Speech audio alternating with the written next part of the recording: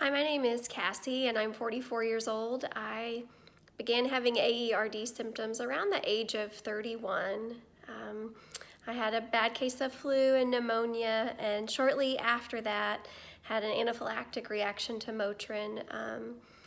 I've had strange things like many of you, like why was I having asthma in the bathroom, and I realized it was my toothpaste and those kind of things. I've had anosmia, no sense of smell for the majority of that time, so now more than a decade. I was officially diagnosed at about age 32, and since my diagnosis I have chosen to not have surgery ever for polyps. I don't know why, that I have been blessed with a giant nasal cavity that gives the polyps lots of rooms to misbehave, but I don't have any obstruction, so I've just chosen to handle all of the symptoms medically and just use nasal steroids, inhaled steroids, and Singulair, so that's kind of my regimen. I really try to be thankful during the times that I suffer most from AERD. I think I'm thankful that it was a kind of helped me have a conscious decision to be healthy, to think about my health instead of just assuming and not even thinking about it. I think that it's allowed me to make some better decisions about health as I've aged, and I'm really thankful for medicine. I'm thankful for generics. A little shout out to Wixella for changing the price of my medicine.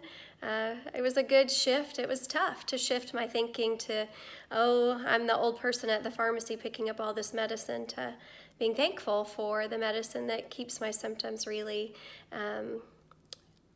low and not really obstructing my life. I'm so thankful for community. I'm thankful for this group and all of the other ways that we can work together during times of suffering and struggle. And I'm thankful for people who have physical struggles other than ours, all those people that show that the physical struggles actually bring mental strength and a spiritual richness that we might not have otherwise. So I'm really thankful for those things. I'm thankful for the ability to teach. I teach public school, and I teach yoga.